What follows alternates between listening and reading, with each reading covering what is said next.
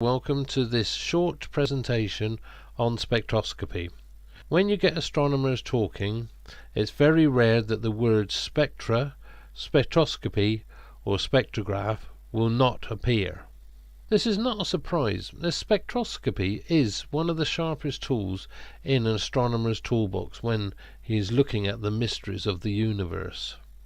Before we can talk about spectroscopy, we first have to look at light as a whole. The light that we detect with our eyes comes from our nearest star, which is the Sun. The light we see with our eyes travels the 93 million miles from the Sun to the Earth in 8 minutes and 20 seconds. The light arrives to us in little parcels of energy called photons. Now these photons all have varying energy values, and this decides their wavelength. And that's all I'm going to say on photons. If you want to research them more, then you can do at a later date. For now, all we need is that the energy contained in the photon decides its wavelength. Remember that for later. Right, the full range of light is huge. And as I said, the wavelengths vary a lot. Here is the spectrum of all light. And as you can see, it goes from very low energy waves, which are radio waves, all the way up to the high energy waves, which are gamma rays. For today's purpose, we're going to be looking at the visual light. As you can see, the visual light sits on the spectrum, which is known as the electromagnetic spectrum, just above halfway. It covers a very small part of the spectrum. As I said, the photons are little packets of energy, and they vary. And we can see this by using a very simple experiment, an experiment that you've probably did at school. And that is using a source of light and a triangular prism. If you pass the light through one side of the prism, it gets bounced around 2 or 3 times inside the prism due to the angle of the actual facets, and then it reappears the other side of the prism and you can project it onto a screen. Now as you can see, you will find a lovely rainbow effect, which stretches on one side from red to the other side, which is blue / ultraviolet. This is showing you the different values of energy in each of the photons. We can test this theory by placing the sensor of a thermometer in the red light, and it will read a temperature. If you then move the sensor to the blue or ultraviolet light, you will see that the temperature is actually higher, because the photons at that end of the spectrum are carrying a higher energy, whereas in the red it's a lower energy, hence the lower temperature. By performing this experiment, you are in good company. Isaac Newton himself used to use this system to split the light into its constituent parts. So a quick recap so far. The low energy photons with long wavelengths sit at the red end of the visual light spectrum, whereas the high energy photons sit at the blue end with their shorter wavelengths, and all the wavelengths in between give us the different colours of the rainbow. Also, visual light is only a very small part of the whole of the electromagnetic spectrum and sits halfway along. So, back to our original questions. First, what is a spectrograph? A spectrograph is an instrument that separates the light from a star or any other light source into its constituent colours or wavelengths. So it's a bit like the prism we mentioned in the experiment earlier, but gives us the spectrum in a far greater detail. Question 2. What is spectroscopy? Stellar spectroscopy is the analysis of the lines in the spectra of stars and is by far an astronomer's most important tool for investigating the physical nature of stars. So a spectrograph will give us the spectra of a star, but in far greater detail, in the form of little lines. And the study of these lines in the spectrum will tell us a lot about the star and its environment. So what can we see in this extra detail? We can see the radial velocities of stars, that is, motion of the star towards or away from Earth. We can calculate relative masses, orbital periods, and orbit sizes of stars in a binary system. We can measure temperatures, atmospheric densities, and surface gravities of stars. Also deduce magnetic fields and their strengths on stars. We can glean the chemical composition of stars, what atoms are present and in what states they exist. We can also watch the sunspot cycles, or should we call that star spot cycles. In that list I mentioned surface gravities of stars and also magnetic fields and their strengths on stars. Well, I'm not going to go into these because I consider this more advanced spectroscopy, and you have to use methods like the Zeeman effects and the Stark effects, so we'll leave that for another day. So back to these lines in the spectrum that give us all this information. The lines we see in the spectrum appear either dark or very bright. The dark lines are called absorption lines, while the bright lines are called emission lines. For our purposes, and to make it easier for me, I'm just going to talk about the dark lines that we see, the absorption lines. So what are absorption lines, and how do they get there? Well, to explain this I must rewind the clock on the life cycle of the photon.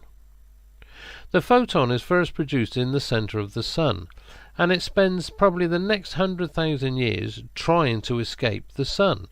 But in the centre of the Sun there is so many high energy particles that it's being buffeted around, ricocheted, ping-ponged all over the place. But eventually, if it's lucky enough, it will reach the outer layers of the Sun. Now in the outer layers of the Sun are all the elements that the Sun is producing, and also the elements that were present in the star's maternal gas cloud that gave birth to it. Remember I said each photon carries an energy level, which in turn determines its wavelength. Different energy levels, different wavelengths. Now the elements in the outer layers of the Sun are in a state we call ionized.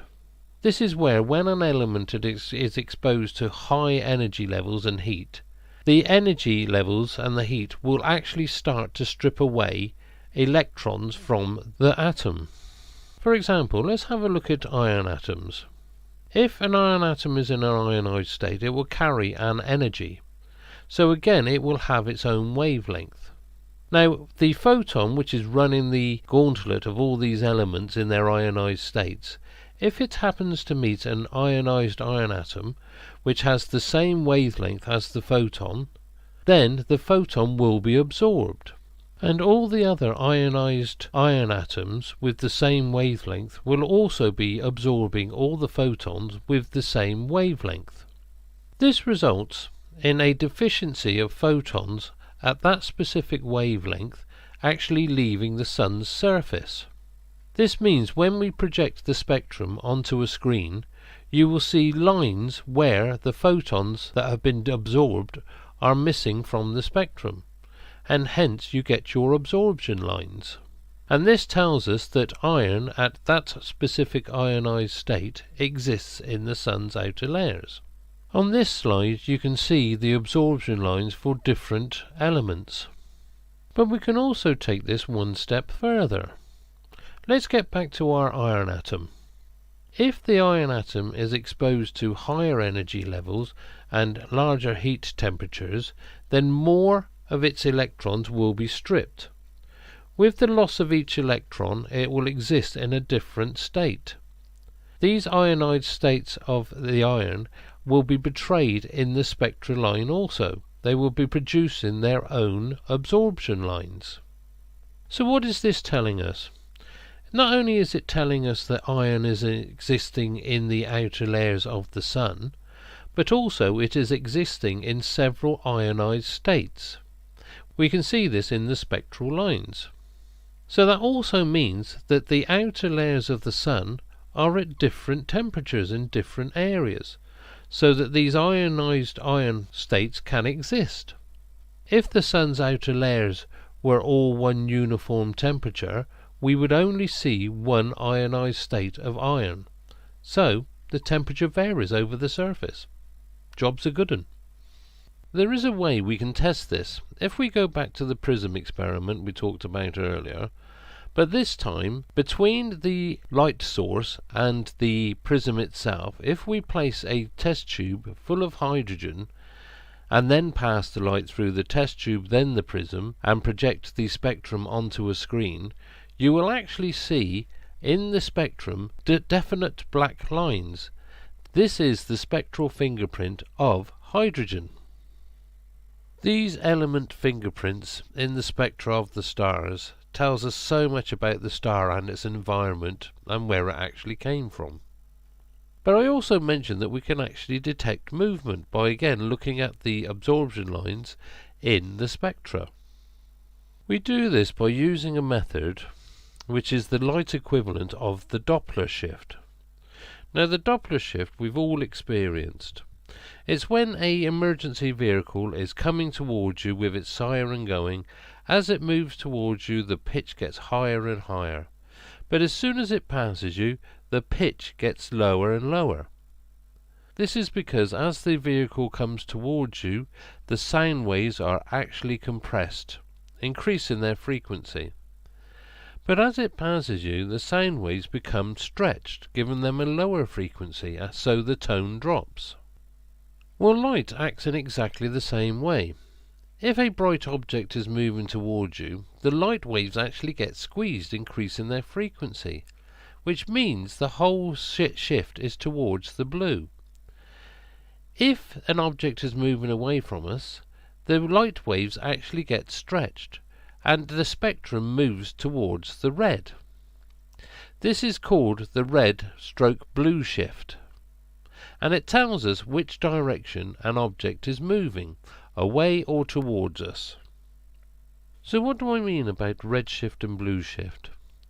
It means that when we look at the absorption lines in the spectra, if an object is moving towards us, the whole of the absorption lines will move towards the blue end of the spectrum. If it is moving away from us, the absorption lines will slip towards the red, and this indicates which direction it is moving in comparison to us. But this can be taken one step further. We can also, using exactly the same technique of the red shift and the blue shift, detect small wobbles in the stars themselves.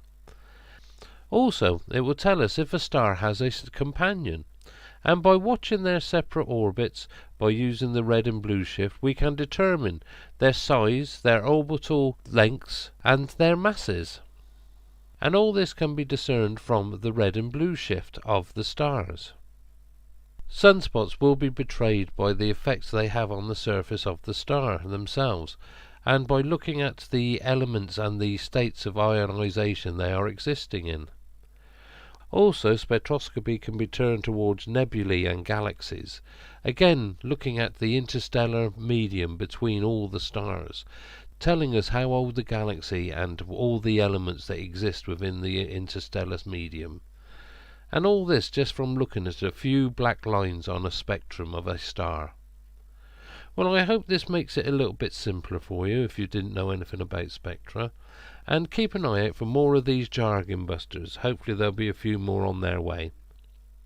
Remember, you will find us on Monday nights at 8 PM UK time. Come and join the panel, and if you have any questions, drop them in the chat and we'll answer what we can. So I hope to see you soon there. Just before you go, just one more amazing wow fact. Now, we all know the universe started with the Big Bang. And not long after the Big Bang, in cosmological times, the universe cooled enough to actually form the first atoms. The first elements formed were hydrogen at 73%, followed by helium at 25%, and a tiny splattering of other elements. This hydrogen produced so early in the universe's history is all the hydrogen it is ever going to have. No more will ever be made. Now, our bodies are made up between 55 and 75% water. Now, water is 2 hydrogen atoms connected to 1 oxygen atom. So just think about it. The atoms that are going to make up your body, some of them are almost as old as the universe itself. Isn't that amazing? It's a bit of a wow factor, that. Anyway, we'll hope to see you Monday nights. Everybody please take care, and I'll speak to you soon. Bye for now.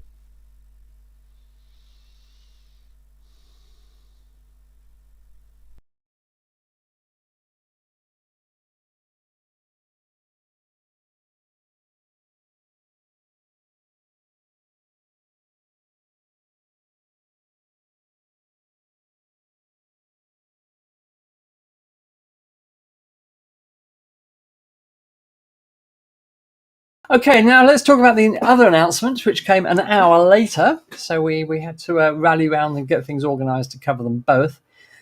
The Milky Way in neutrinos. What you are looking at is IceCube. This is an observatory at Absorption Station at the South Pole in the middle of the Antarctic continent. Now, it doesn't look like a conventional observatory because where are the telescopes? Well, it doesn't have any telescopes. It actually doesn't look upwards at all. It looks downwards. What is this all about? So if you look at top left of this graphic, there's the laboratory sitting on the surface of the ice. And underneath the ice, they have dropped 86 strings, if you like, cables, with a total of 5,160 optical sensors. What on earth is this all about? And they go down a long way as well. You can see on the right the height compared to the Eiffel Tower. Now, they're there to detect neutrinos. These ghostly particles, which are very mysterious, coming from the depths of space. They're very difficult to detect because neutrinos pass through matter as if it just weren't there. It's often said that a single neutrino could pass through a sheet of lead 30 light years thick and not even notice it. So they are very difficult to detect because they don't interact with ordinary matter. But occasionally they do.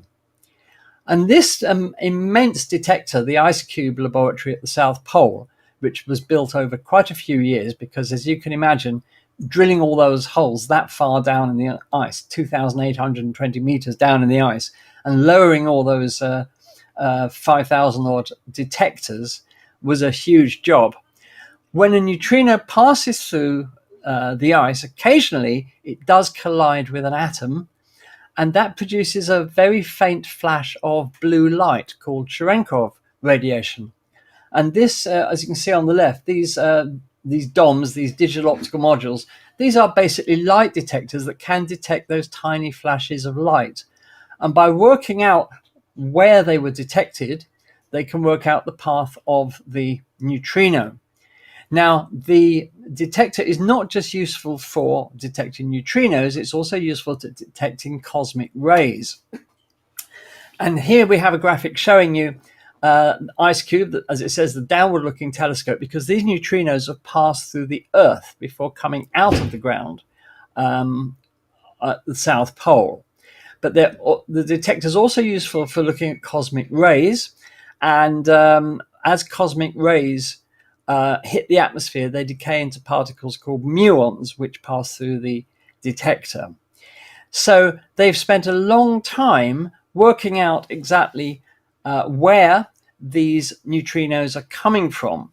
They come from all directions, of course, but a lot of them come straight through the Earth to the detector at the South Pole. And in actual fact, here's an example of a muon passing through the detector.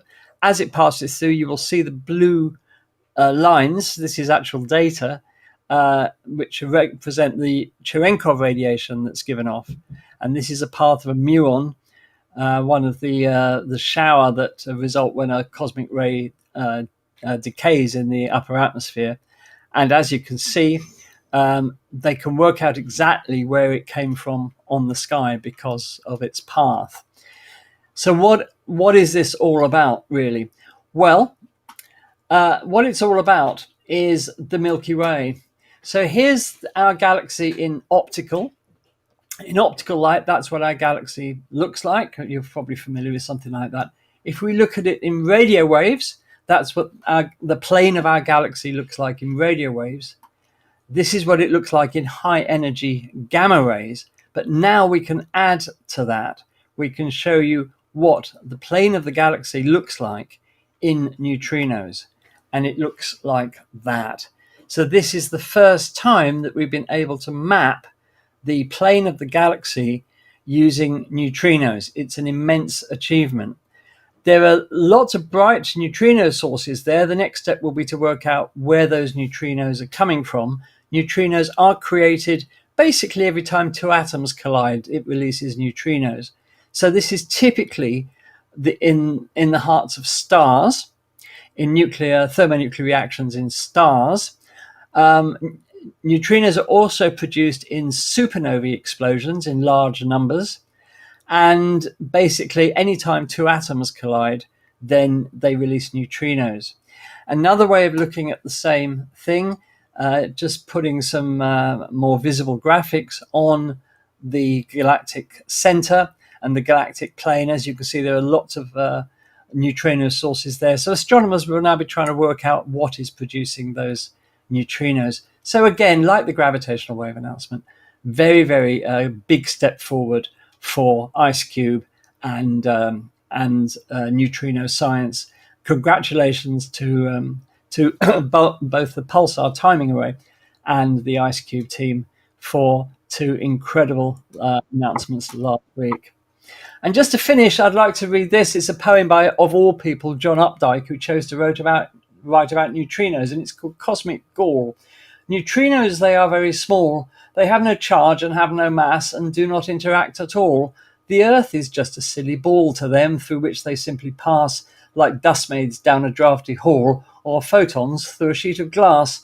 They snub the most exquisite gas, ignore the most substantial wall, cold shoulder steel and sounding brass, insult the stallion in his stall, and, scorning barriers of class, infiltrate you and me like tall and painless guillotines. They fall down through our heads into the grass.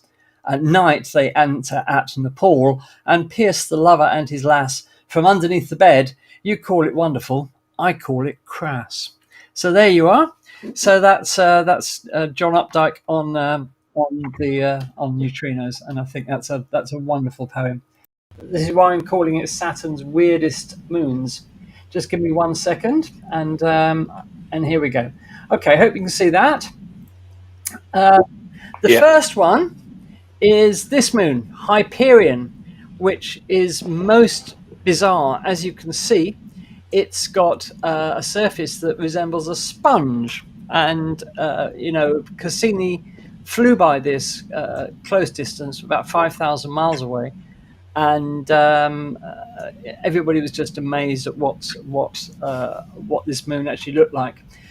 Just a few details about Hyperion. It's 360 by 266 kilometers. Do forgive me if I slip between miles and kilometers, because I'm in that difficult age, you know. It's designated in Saturn 7. In other words, it's the seventh moon from Saturn going outwards. It's actually 1.5 million kilometers away from Saturn. Its composition is mainly water ice with a bit of rock thrown in. And it's got an incredibly low density for a moon of its size. Now, what this means is when meteoroids, if you want to call them that, bits of rock hit it, instead of causing a big impact and a huge crater and flinging material into the space, the density of Hyperion is so low that it just sort of punctures the surface and digs downwards without actually making a huge crater. So as you can see from this image, if you look down the craters, they're cylindrical rather than sort of bowl-shaped. And this is put down to the low density of the material that allows any incoming rock just to go straight in. As I said, Cassini imaged Hyperion 3 times. The first in September 2005 and the last in May 2015. But Cassini's orbit did not allow it to approach Hyperion any more regularly than that. Only 3 times it managed to fly past the moon. There's a photo from another flyby of Hyperion. The bottom of the craters is a very dark reddish material, similar to the material that we find on some of the other moons like Iapetus, and that's why the crater bottoms appear dark. Complex organics are found in this material on some of the other moons. So it's to be assumed it's virtually the same here. And speaking of Iapetus, I mean, Iapetus is a weird body. Iapetus, those of you of a certain age may remember that in the book 2001: A Space Odyssey, it actually took place at Saturn rather than Jupiter in the book. In the film, it was Jupiter, but the special effects team couldn't come up with a realistic method in those days, back in the mid-60s, of representing Saturn's rings. So they moved the location of the final act of the film to Jupiter. But in the book, it was Saturn, and Iapetus is featured in the book because Arthur C. Clarke, who wrote the book, being a man of astronomy, he knew exactly what was odd about Iapetus, and what's been known for a very long time is that Iapetus is dark on one hemisphere, very dark, and very bright on the other hemisphere. And what Cassini found when it got there, as you can see in this image, is almost all of the way around the equator, there's this ridge. It looks like two halves of a moon have sort of been welded together, and that's the weld line. So this is certainly extremely odd. I'll talk about the ridge in a moment. So this was a very odd moon with its bright hemisphere and its dark hemisphere. It's 1492 by 1424 kilometers, so nearly spherical. It's designated Saturn 8. It's 3,560,000 odd kilometers from Saturn. Its composition, again, is mainly water ice with some rock thrown in. And that dark material is thought to have originated from outside Iapetus, perhaps from other moons. And the dark color is thought to be due to sublimation, which is a process where a solid turns from a solid straight into gas with no liquid phase. And that material is then further darkened by the action of sunlight. And it's not quite clear yet, I don't think, although I'm sure Lou or Bernard will correct me. I don't think there's any convincing explanation yet for why only one hemisphere is that dark color and the other hemisphere is covered in ice, which is why it's so bright. So that's Iapetus, but the ridge around the equator on Iapetus is amazing. It's 15 kilometers tall, and if you compare that with Everest's 9 kilometers, so it's getting on for twice the height of Everest, that ridge you see before you. It's thought to be formed from the debris of a ring that Iapetus once had that actually collapsed onto the planet, forming this ridge around the equator. Although I don't think that's settled yet, but I think that's the leading theory, that it's the remains of a ring that collapsed onto the surface, onto the equator of Iapetus. This is an amazing image, but this image I absolutely adore, which is a close-up of that ridge. And I did feature this as one of my favorite space images when it was my turn, because this is such a beautiful, haunting image. And you can imagine exploring that amazing terrain. It's just absolutely stunning. So that's Iapetus. Now we move on to a truly weird moon of Saturn, and this is the moon Pan. Now there are two images of it here taken by Cassini from different angles. It's been called the ravioli moon because it looks like a piece of ravioli. How on earth did a moon like this form and get that again a thin ridge right around its equator? It looks like some sort of a UFO. This moon is very small compared to the others. It's only 35 by 25 kilometers. It's designated Saturn XV111, and it's 133,000 kilometers from the planet. Its composition, although it's uncertain, it hasn't been directly measured. It's presumed to be mainly water ice again, with some rock thrown in. And Pan is what we call a shepherd moon of Saturn. And a shepherd moon is one that literally confines one of Saturn's rings and keeps it as a ring so that it doesn't dissipate and spread out. And in this case, what Pan does is to keep the Encke gap, which is a gap between Saturn's rings, free of material. So it's sweeping up material from the Encke gap all the time. And it's this material that it's swept up, which is thought to fall on its surface and form this equatorial ring over time, over a long time.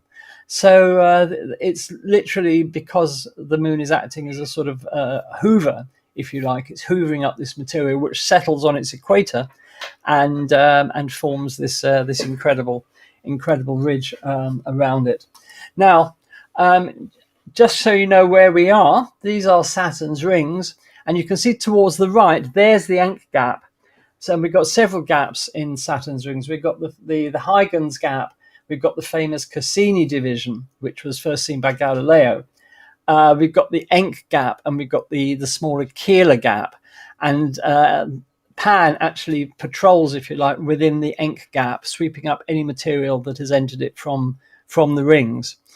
And here's an image taken by Cassini of Pan actually in the Encke gap. So that's a beautiful image of that little moon actually in the middle of the Encke gap there, which I think is an amazing image. We move on now to our last moon of this evening, Atlas. Now, Atlas is another moon that similarly has a ridge around it. This, I think, is an amazing image because basically you're seeing a mountain on the top of the moon with this weird ridge around its equator.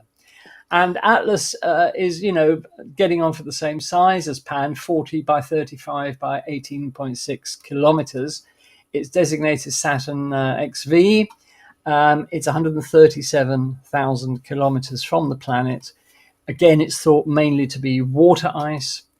And because for a long time, Atlas was thought to be shepherding the A ring to make it keep its shape, if you like, it's now thought that it isn't actually a shepherd ring of the A ring at all.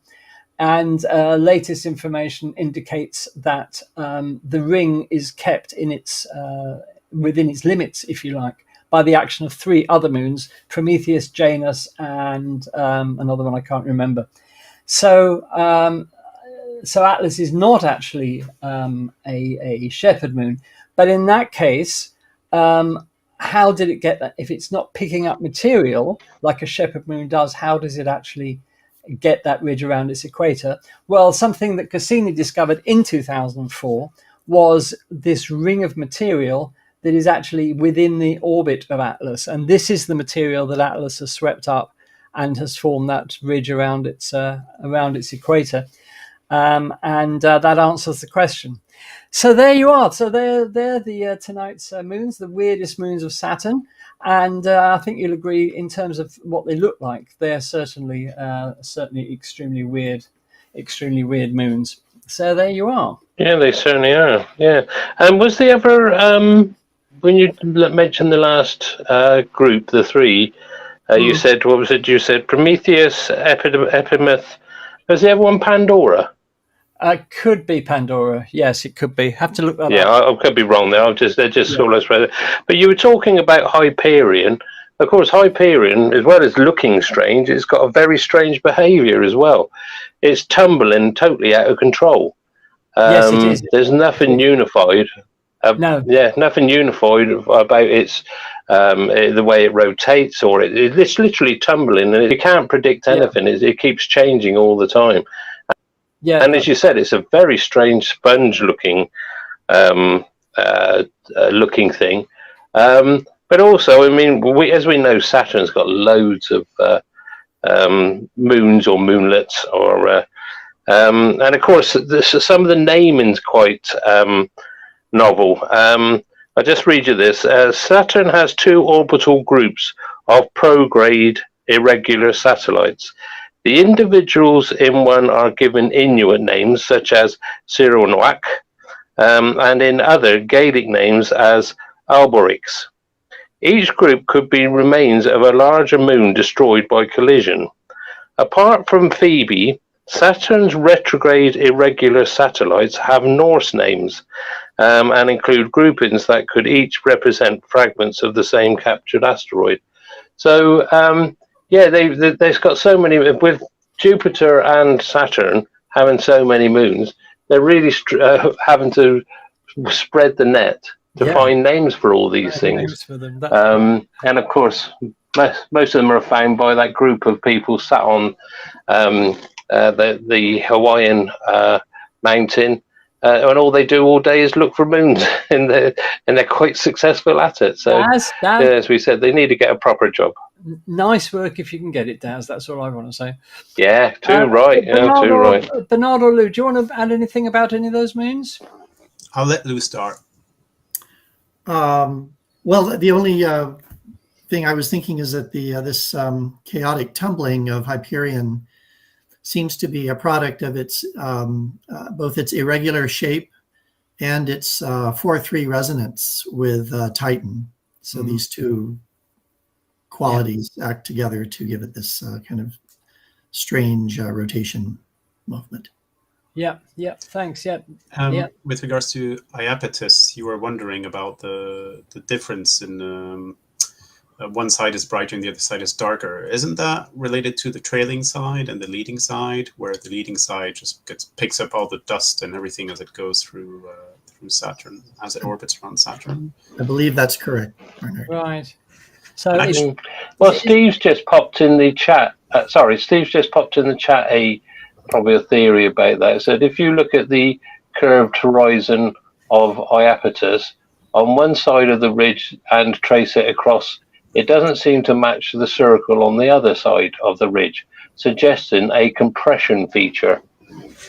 Maybe. Interesting.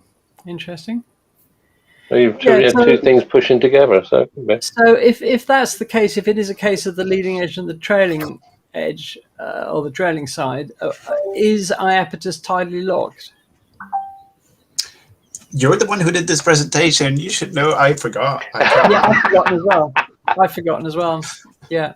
Too many moons around Saturn. Most moons are, but I don't know about. I don't know about Iapetus in particular. Yeah, I'll have to ask ChatGPT about that. Okay, so there we are. So those are the moons of the week. We'll start by having a look at the actual topology of the lunar South Pole. And this is a beautiful image of the lunar South Pole taken by the Lunar Reconnaissance Orbiter. Extremely haunting, really weird landscape. But let's talk about it. So this is the topology of the moon, basically. We've got the near side and we've got the far side.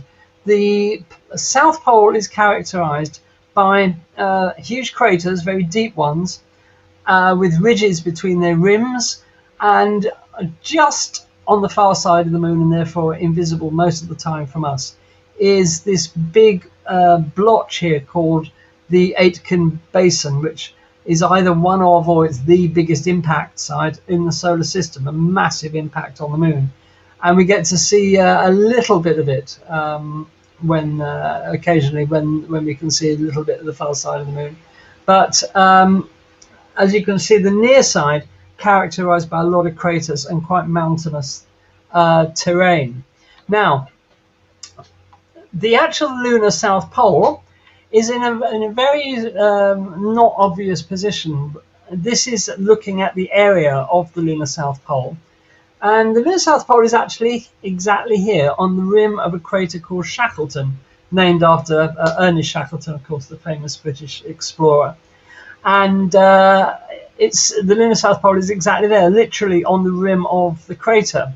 And the Shackleton crater is 21 kilometers wide by 4.7 kilometers deep. But we've got some bigger ones around it. We've got Hayworth, for example, 51 kilometers, its depth unknown.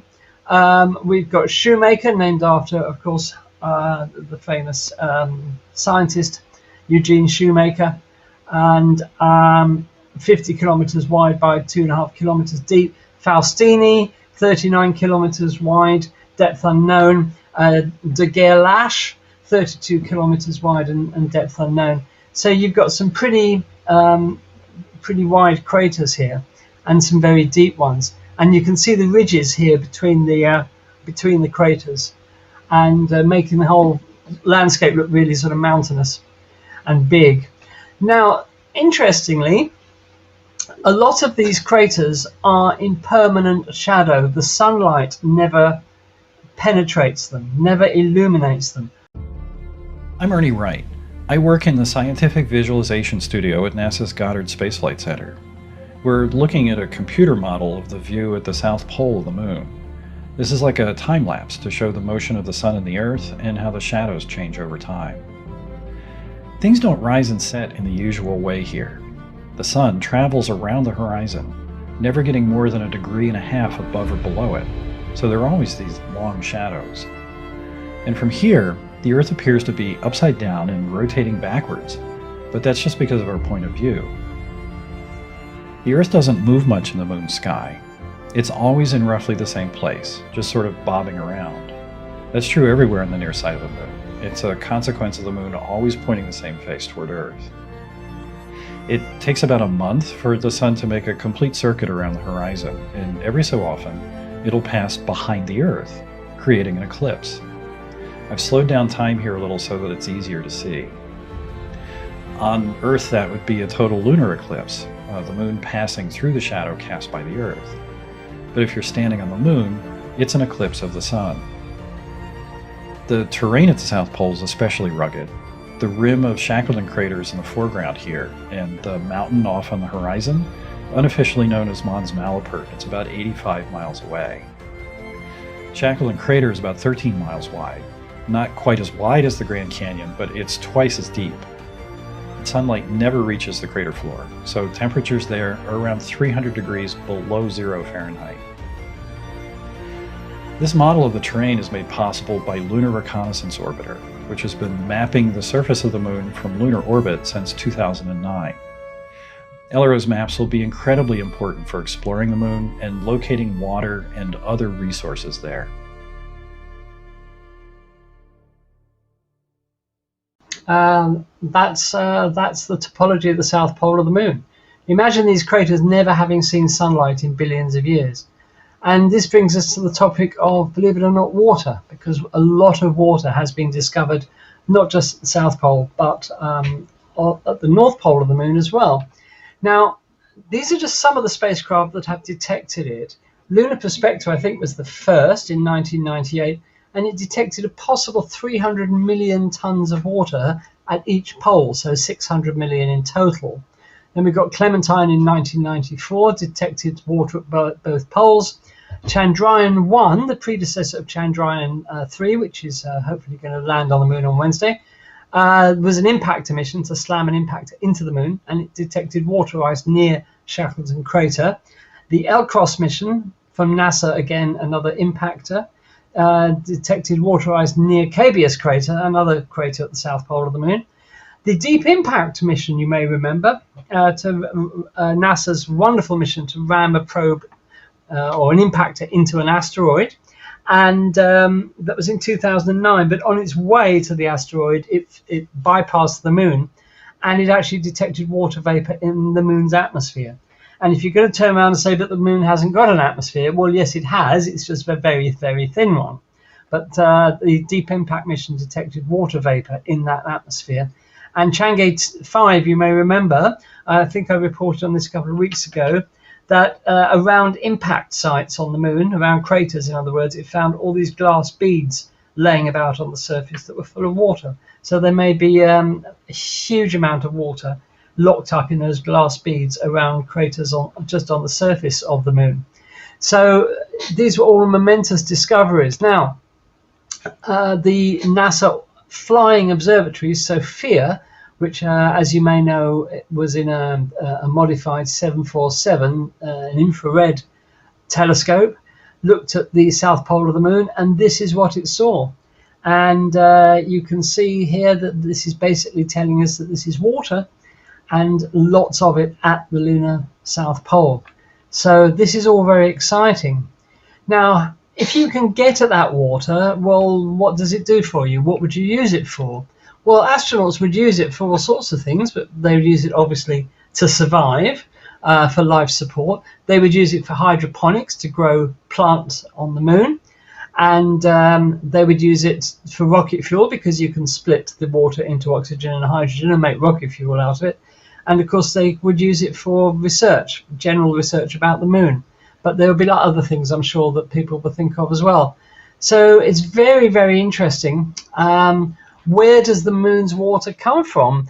Well, a few possible places. Comets and asteroids is obviously one, but the solar wind is another, because the charged particles from the sun interact with the lunar surface and can create water molecules, believe it or not. And it can also be from the Earth itself, because don't forget, we believe that the moon was formed after a Mars-sized body collided with the Earth early in its history, and a huge amount of the Earth's crust was thrown into space and then coalesced quite quickly, as it turns out, to form the moon. Well, the water could have come from the Earth in that way. We don't know, basically, is the answer. But then again, we don't really know where Earth's water came from in the first place. So there we are. So that's a bit uncertain at the moment. So a few possible origins for that water from the moon, but I think a lot of it primarily will come from comets and asteroids. Now, how do we get there? Well, actually, as Luna 25 found out this week, landing on the moon's south pole, or the north pole, come to that, is not easy. But actually landing on the moon generally is not easy. 50% of all attempted landings on the moon have failed, and you may know that that's exactly the same failure rate as Mars, funnily enough, in a weird cosmic coincidence. So what you have to do, you have to put your spacecraft into a normal, inverted commas, orbit around the moon, a non-polar orbit, and then over time slowly change its orbit so that it becomes a polar orbit. Sounds easy, but actually it's quite complicated.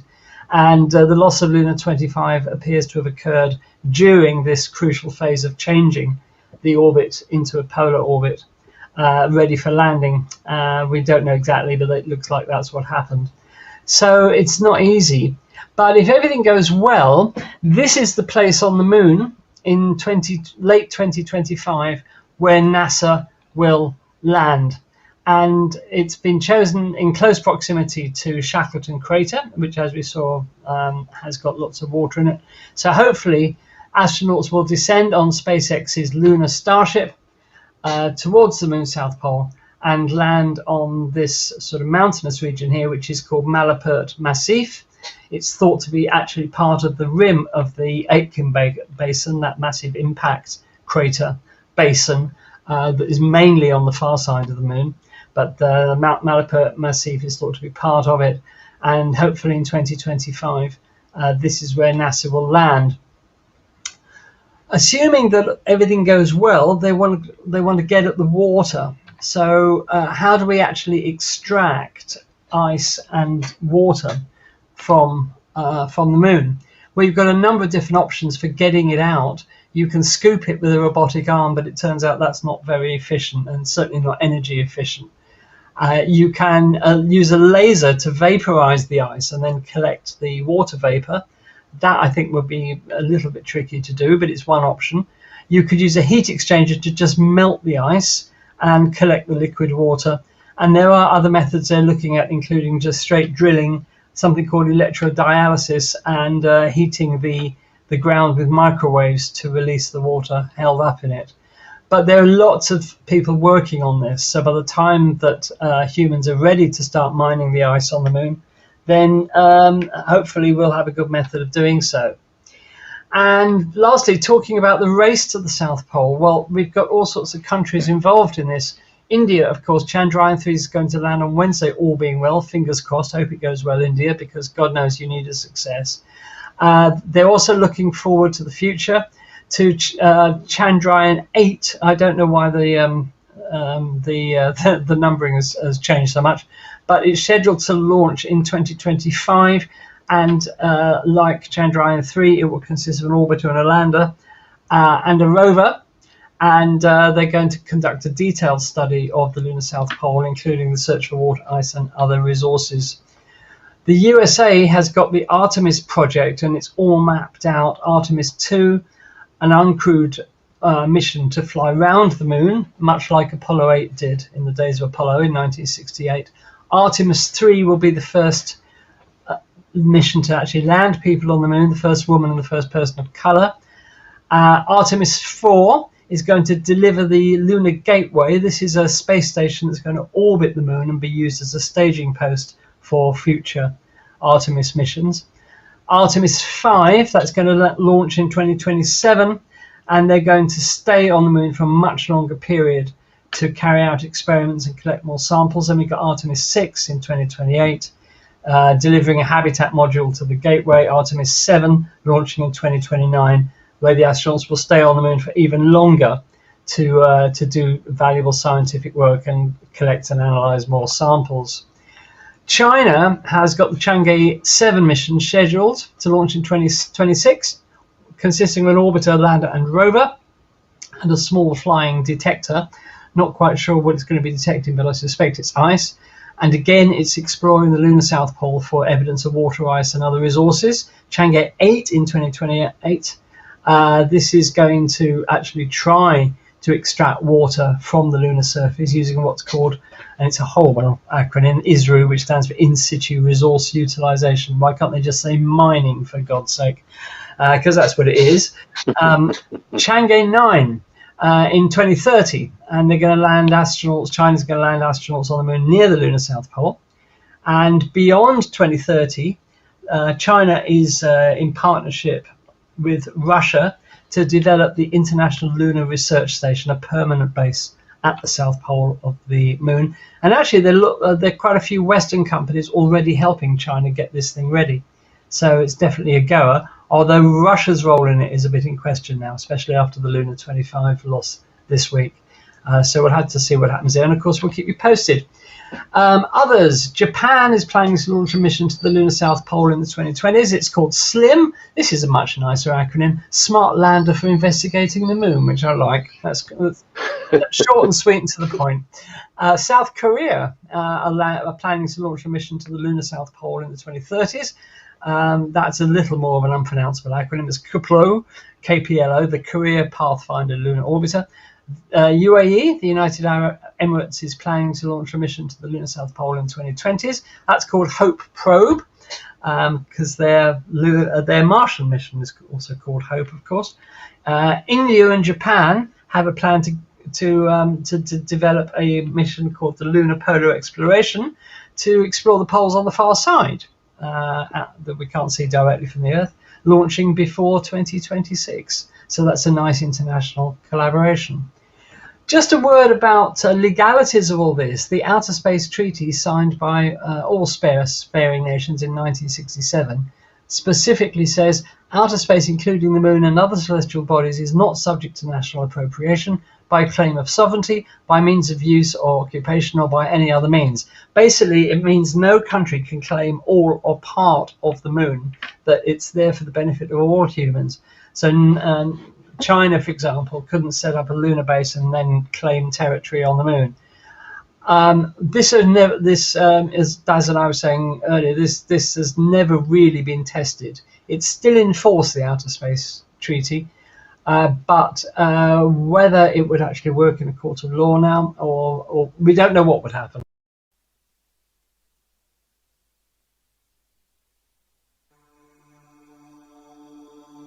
Hello, I'm Andy from Space Oddities. Next to black holes, neutron stars are probably the most bizarre objects in the universe.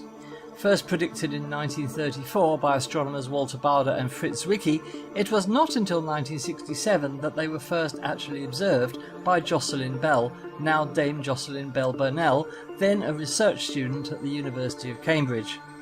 In these Weird Wonders videos, we're going to enter the weird, wonderful world of neutron stars, where matter, magnetism and gravity behave in ways we can scarcely comprehend. In this first episode of the series, I'll be looking at how neutron stars form. Go out under a starry sky in winter or early spring, and you cannot fail to notice the constellation of Orion, one of the most recognisable in the heavens. At Orion's left shoulder there is a bright star with an obvious orange colour. This is Betelgeuse, a red supergiant star some 600 light-years away. Betelgeuse is a truly gigantic star, shown here compared in size to some other giant stars and our Sun, which, as you can see, is tiny by comparison. Betelgeuse is so vast in size that, despite its distance, astronomers have been able to capture an image of its surface, which is not possible with more than just a few stars. Most stars, even in the largest telescopes, appear as mere points of light. The red giant phase of a star occurs when it nears the end of its life, starts to run out of hydrogen and puffs up into something monstrous and bloated. This is in fact the fate of our Sun. In 4 or 5 billion years' time, the Sun will be nearing the end of its life and will have expanded to become a red giant star, swallowing Mercury, Venus and very possibly the Earth as well. This picture shows what the Sun may look like from the surface of the Earth when our star becomes a red giant. After millions of years as a red giant, radiation pressure from the core of the Sun will cease and our star will shrink to become a slowly cooling white dwarf star, finally ending its life a cold, dark cinder. But what of stars larger than the Sun? What happens to them? Stars with more than about 8 times the mass of the Sun do not become white dwarfs. Instead, they end the red giant stage of their lives by blowing themselves apart in what's called a Type II supernova explosion, a detonation of such unimaginable magnitude that in just a few seconds the dying star may release more energy than our Sun will emit during its entire 10 billion year life. In this type of supernova, the star blows away its outer layers, leaving just the core of the star behind. Immediately after the supernova explosion, there is no longer any outward radiation pressure from the core of the star. Consequently, in the sudden absence of any resistance, gravity is able to suddenly and violently compress the core, reducing its size from thousands of miles in diameter to just a mere handful of miles across. This process may happen within a few seconds. The atoms in the core are squeezed closer and closer together, so much so that electrons orbiting the atoms are unable to sustain their orbits and crash inwards to the atomic nucleus, combining with the protons to form neutrons as a bizarre ultra-dense element called neutronium. A neutron star is born, which consists largely of neutronium. It possesses between 1 and 3 times the mass of the Sun, packed into a sphere perhaps just 10 miles across. You may be familiar with the periodic table of elements, where each element has an atomic number representing the number of protons present in its nucleus. Hydrogen, for example, is atomic number 1 as it has just 1 proton. Neutronium is numbered 0 in the periodic table because it does not have any protons. They have all been converted to neutrons. At this point, gravity cannot compress the new neutron star any further, as something called neutron degeneracy pressure pushes back against gravity, preventing the neutron star from shrinking further under gravity's relentless assault. The neutron star is now in finely balanced equilibrium. However, if the star was originally 5 times or more the mass of the Sun, not even neutron degeneracy pressure can exert sufficient force to stop collapse of the core altogether. Gravity wins the battle by compressing the core to a mere point, and a black hole is born. Therefore, whether the result of a supernova explosion is a neutron star or a black hole depends purely on the mass of the star. Neutron stars are bizarre objects indeed. Here is one shown for size comparison with Manhattan. Because up to 3 times the mass of the Sun is packed inside this small sphere, its density is almost incomprehensible. 1 teaspoonful of neutronium would weigh 4 billion tons. Because of its huge mass packed into a small area, the gravitational field of a neutron star is perhaps 1,000 billion times stronger than the Earth's. This intense gravity means nothing taller than a millimetre or so can exist on the surface of a neutron star. Anything taller would be immediately crushed by gravity. A neutron star is therefore a perfect sphere. Astronomers sometimes observe violent radiation outbursts on neutron stars which are thought to be starquakes, where the surface might slip by a couple of millimetres. This is enough to generate huge amounts of energy. The incredible gravity also means that if you were to drop a ball from a height of 1 metre onto the surface of an average 12-kilometre diameter neutron star, by the time the ball hits the surface, it will be travelling at 1.4 million metres per second, or 3.1 million miles per hour. And what of the interior of the neutron star? It must be said that astrophysicists are unsure about what exactly a neutron star looks like on the inside. As we cannot crack one open, we have to be guided by the physics alone, which suggests that the interior is made up of extremely exotic materials which do not exist on the Earth and which cannot be reproduced in a laboratory because of the extreme pressures and forces present. Here's a diagram from NASA showing the possible composition of a neutron star, but we cannot test this model through observations. The starquakes I mentioned earlier might give us an idea in the future of what's going on inside a neutron star, but short of travelling to one and making close-up observations, there's no way to investigate what these bizarre beasts in the cosmic zoo are hiding beneath their surfaces. As the closest neutron star is 170 light-years away, or 1,020 trillion miles, we won't be travelling to it in the foreseeable future.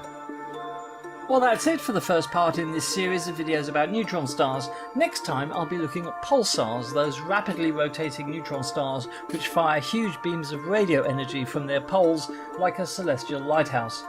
I do hope you enjoyed this video, and if you have any questions or observations, please don't hesitate to post them in the comments. We hope you can join us, the Space Oddities, on Mondays here on this channel at 8 PM UK time for astronomy news, chat and discussion from our resident panel of experts. We also hope that you'll subscribe to our channel, like our videos and tell all your friends, co-workers and families about us. Well, from me, Andy, until next time, goodbye.